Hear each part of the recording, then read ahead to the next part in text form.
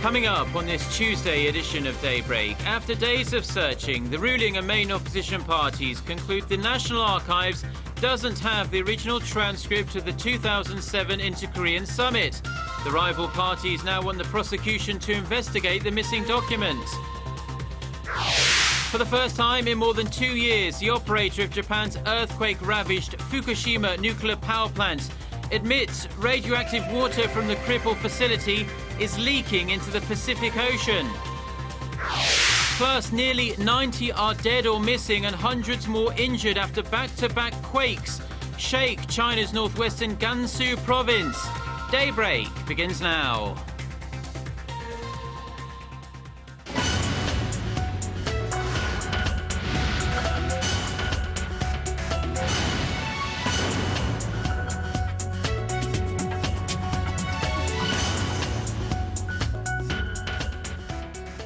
Thanks for joining us. You're watching Daybreak on Tuesday, July 23rd here in Seoul, and I'm Choi Yu-sun.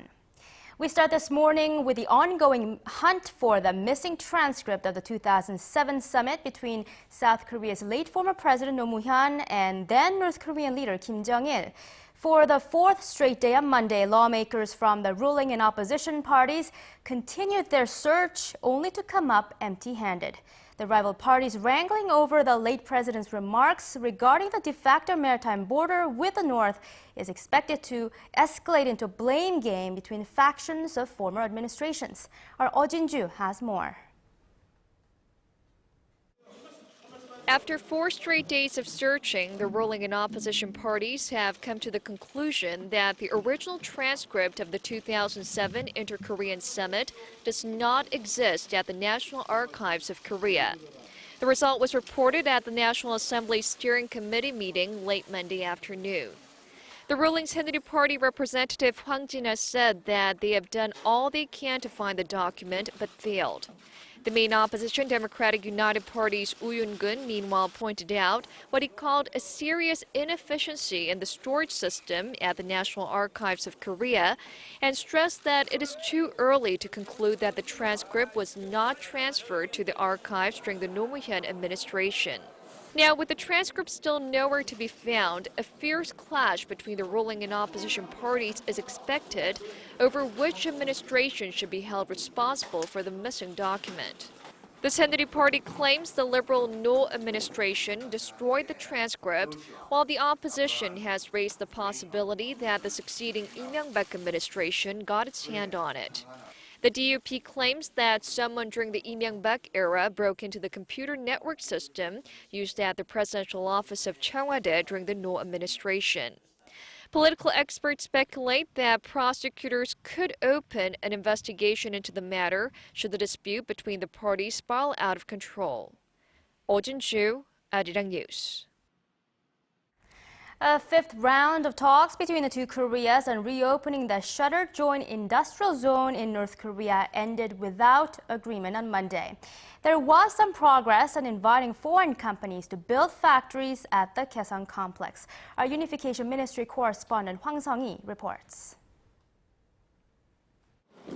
Once again, the two Koreas wrapped up their discussions on Monday without an agreement. However, the two sides made some progress from their previous meetings as they based their discussions on their revised versions of draft proposals. The two Koreas discussed 4 main issues: implementing safeguards against future closures, protective measures for safety of South Korean personnel and assets, globalizing the Kaesong industrial complex, as well as resuming operations.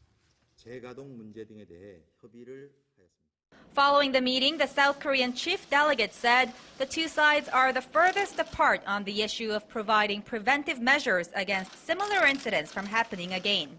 Seoul is demanding that Pyongyang provide safeguards against future closures before the business park is reopened, whereas the North is calling for an immediate resumption of operations there. The South Korean official said Seoul made it clear that factories at the border town will not start running again until the North promises that such a unilateral shutdown will never take place again. However, the two Koreas did edge closer on the issue of inviting foreign companies to build factories in Kaesong. I can't say that North Korea shared the same view as the South on Seoul's proposal for globalizing the Kaesong Industrial Complex, but it reacted positively to the idea. Operations at the factory zone have been suspended for 3 months since the North unilaterally pulled out all North Korean workers amid an escalation of inter-Korean tensions. The South Korean chief delegate said that the two sides reaffirmed their respective positions during Monday's talks. The two Koreas will continue their efforts toward normalizing the joint business park at their 6th round of negotiations scheduled to take place on Thursday in Kaesong. Hwang Sang-hee, Arirang News. Authorities in Panama have verified the contents on board the North Korean ship that was seized earlier this month. Officials say they discovered 2 dismantled fighter jets and missile radar systems. Our Kim Ji-yeon reports. It's taken them a week, but Panamanian officials on Sunday local time confirmed the contents of the North Korean ship they seized earlier this month. 2 MiG-21 fighter jets originally made by the Soviet Union in the 1950s, and 2 missile radar systems were found on board the Cheoncheongang. We have also managed to discover 2 radar systems that control the launching of missiles. They are the ones that guide the missile to the target. Panama President Ricardo Martinelli said that other electric equipment and cables were found as well, but no explosives. The weapons were hidden under thousands of bags of sugar that Cuba says were a donation to the North Korean people. While authorities continue to unload the vessel, Panamanian authorities await the arrival of a United Nations inspections team on August 5th. They will ultimately determine whether North Korea's attempted shipment violated any UN sanctions. The 35 crew members of the seized ship have been detained for attempting to smuggle undeclared military cargo through its jurisdiction. North Korea has asked Panama to release them, but that request has been dismissed. Kim Ji-yeon, Arirang News. Back here in Seoul, in a bid to stimulate the nation's sluggish real estate market, the government has decided to lower acquisition tax rates on home purchases. In a joint press release unveiled by Finance, Land and Public Administration Ministries on Monday, the government said it will finalize its stance on when and by how much it will lower the acquisition tax rates for home purchases by the end of next month. The announcement comes amid a brewing dispute among the 3 government ministries on whether to extend the property tax breaks that expired at the end of last month. The government currently levies a 2% tax on houses valued at around $800,000 or less, and a 4% tax on houses priced above that level. In the nation's financial sector, Korean banks are expected to initiate restructuring programs that could cut bankers' salaries and in some cases even cost their jobs. This comes as Korea's major banks have seen their earnings shrink in recent months in the face of low interest rates and looming credit risks involving the nation's large companies. Our Hwang Ji-ye has more. Local banks in Korea have recently seen their earnings drop, which could prompt them to take action. The net profit of 7 major local banks in Korea for the second quarter this year is estimated at around $1.5 billion, according to financial information provider Guide. That marks a huge drop from the same quarter last year and the previous quarter this year. The decline is due in part to an interest rate that's been kept low for months, shrinking the bank's interest income and the credit risks large conglomerates like STX Group are facing. Some affiliates of the shipbuilding company have been undergoing a creditor-led restructuring program. In times like these, the newly appointed presidents of 2 local banks have emphasized the importance of restructuring programs. The low growth and low interest rate policy has been in place for a long period of time, prompting concerns about profitability and financial health. We have to overcome this crisis.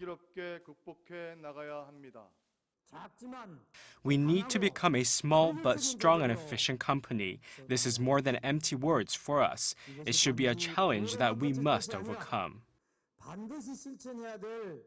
KB Financial Group and Hana Bank are planning to significantly cut the salaries of their board members. They have yet to determine the exact amount of the cut, but many local banks are expected to follow in their footsteps.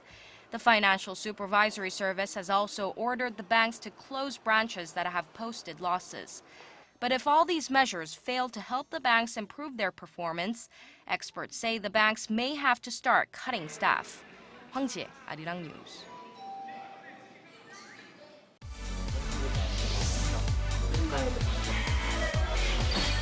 If you want the latest news from Korea and around the world, Return to the negotiation. President Park Geun-hye plans, given the current circumstances. on your way to work or at home, Defense Ministry. The legislature will convene a tune into Daybreak on Arirang TV.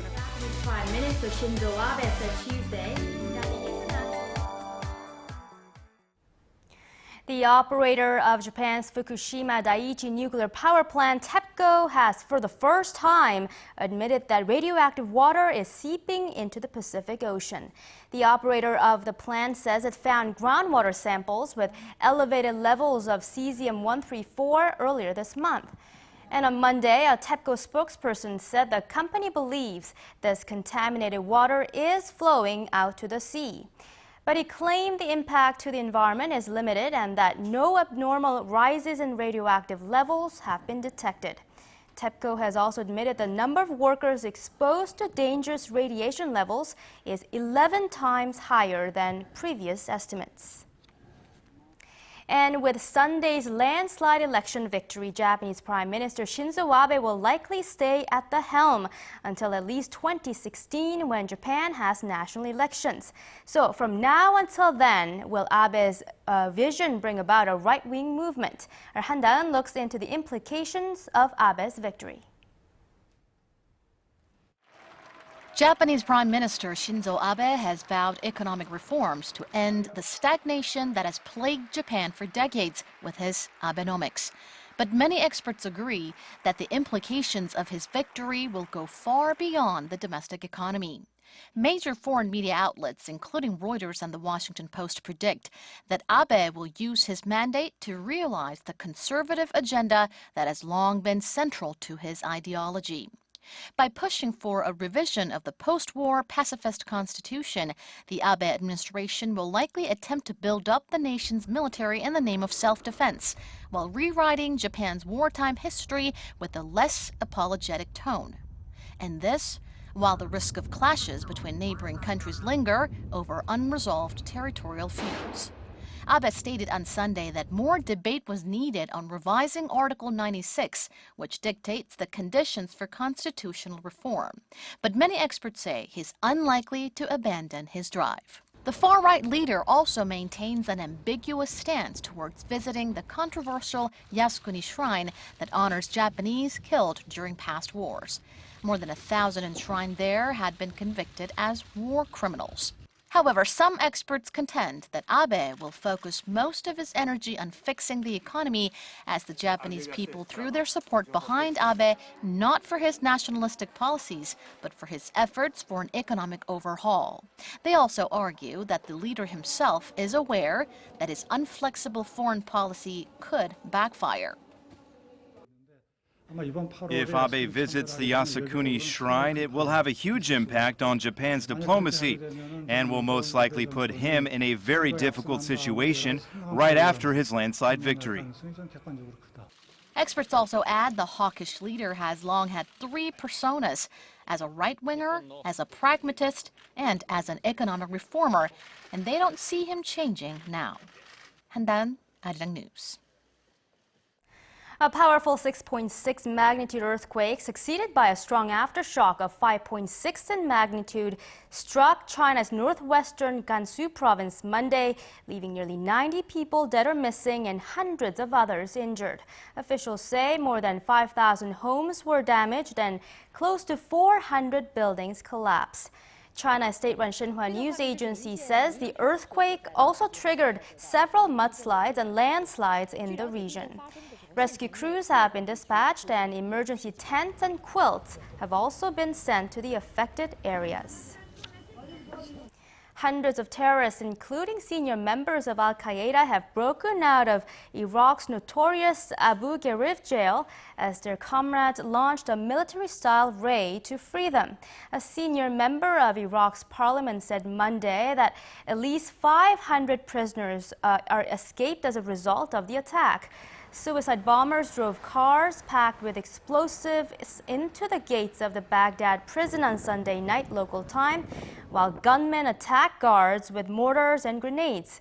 Dozens of policemen and militants were killed as authorities struggled to regain control. The violence has raised fears of a return to full-blown conflict in a country where Kurds, Shiite and Sunni Muslims have yet to find a stable way of sharing power. Well, it's a boy. Britain is celebrating as the Duchess of Cambridge has given birth to a baby boy and the future King of England. Kensington Palace announced on Monday that the royal baby boy was born at 4:24 p.m. GMT at St. Mary's Hospital in West London, weighing 3.8 kilograms. Palace officials say William, the Duke of Cambridge, was by his wife's side as she gave birth. Sticking with royal tradition, news of the birth was displayed on an ornate easel in the forecourt of Buckingham Palace, where thousands of well-wishers have gathered. Kensington Palace says the Queen, the Duke of Edinburgh, the Prince of Wales, Prince Harry, and members of both families are all delighted. The royal baby is third in line to the British throne, but no word yet on the baby's name. Thanks to the growing popularity of Korean pop culture, the country has seen a rise in its overseas income from intellectual property rights made by game developers, filmmakers, and music producers. But the country is still running a deficit in its intellectual property account. Our Park Ji-won tells us why. The Korean wave of culture shooting around the globe has boosted Korean businesses and buoyed income, and the amount earned from intellectual property rights is no exception. Korean wave businesses, including entertainment companies and broadcasters, raked up some $800 million last year from intellectual property rights. That's a 17.6% jump from the previous year.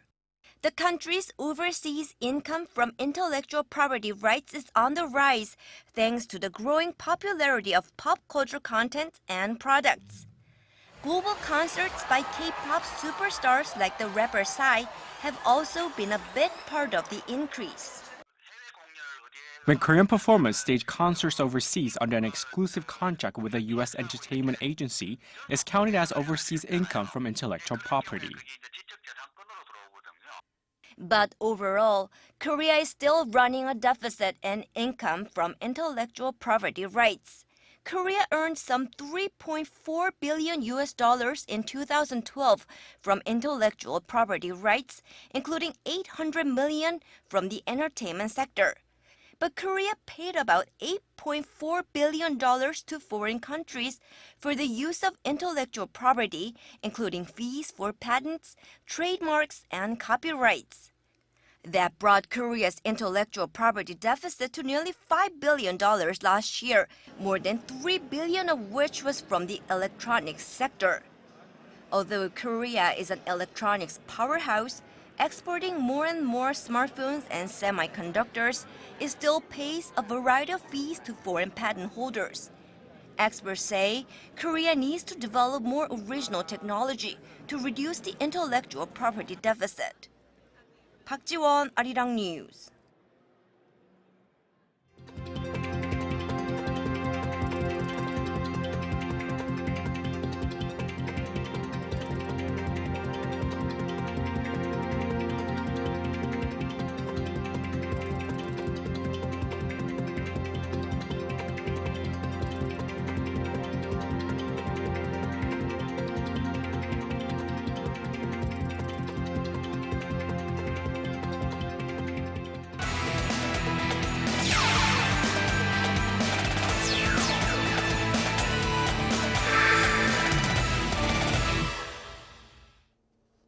Good morning.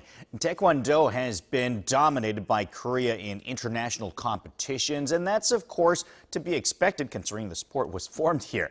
But Korea's stranglehold on international dominance turned more into a loose grip at the London Olympics when Korea had their worst performance ever with just a single gold medal. So, could Korea rebound at the World Championships, which were being held in Mexico? Well, the answer is yes, as Korea captured 4 gold medals, 3 silver, and 1 bronze for a runaway win atop the standings. And Lee Dae-hoon won MVP honors, redeeming his silver medal performance in London last year. Cuba was the only other country with multiple gold medals as they won 2. They, along with hosts Mexico, were the closest competition for total medals to Korea with 4 each. Korea had 8.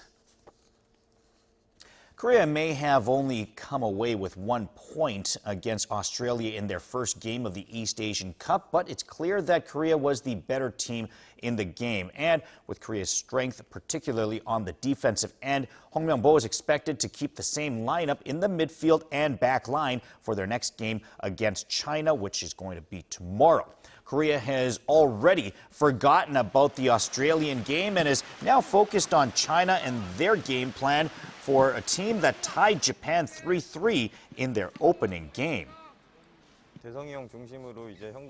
We are playing well as a unit, standing our ground together with Ha-dae-sung in the middle. You can see that we are very focused during practice so that we will play well in the game. For now, I think our teamwork is great. China is very rough, but I think they are weak psychologically. So when they try to make the game more sloppy, we need to keep our passes more precise. If we do this, we should penetrate easily. Up front, Korea is expected to employ a single striker with Kim Dong-sup, Kim Shin-wook, and Seo Dong-hyun battling for playing time there. Ri Hyun-jin will make his first visit to Canada today when he pitches against the Toronto Blue Jays for the very first time. But Ryu takes a 7-3 record to the Sky Dome with an ERA of 3.09. That ranks him 25th in the majors. Toronto is an American League team, so Ryu will not have to bat, but that is a double-edged sword, as it means that he will have to pitch to Toronto's designated hitter instead of their pitcher, who will be a struggling Josh Johnson. Game time is set for 8 a.m. this morning. Lee Dae-ho started the first 2 games of the All-Star game in Japan, but did not start last night in the third and final game. Instead, he entered the game as a pinch hitter, going 0 for 1. His Pacific team won the game 3-1 to even the series at 1 win, 1 loss, and 1 tie. And that is your look at sports. Of course, make sure you get some exercise and eat healthy.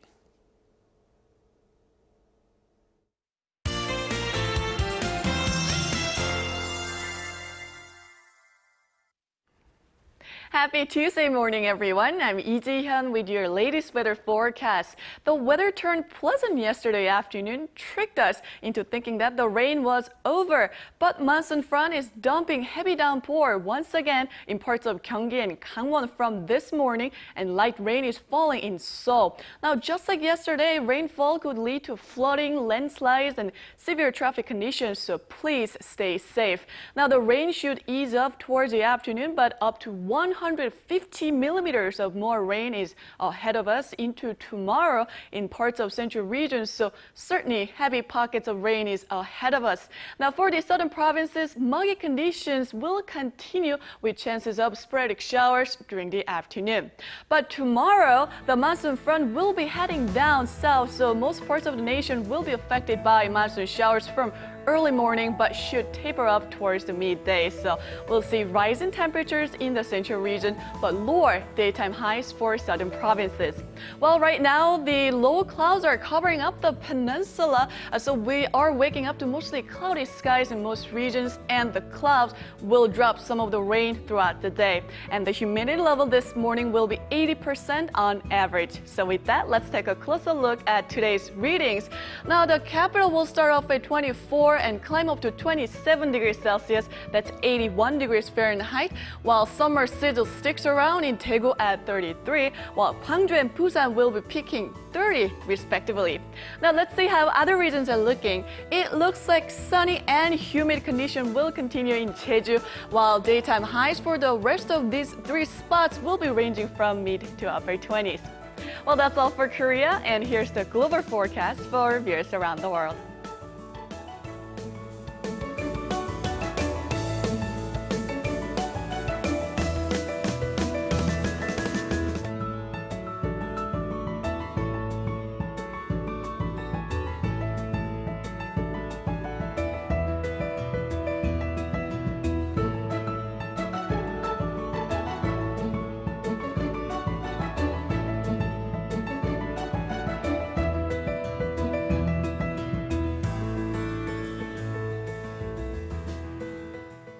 Well, we're going through the peak of the rainy season for sure, so again, stay safe everyone. Now that's all for me at this hour, and back to you, Yusan, in the studio. Thank you, Jian, and those are the stories we're following at this hour. Thank you for being with us.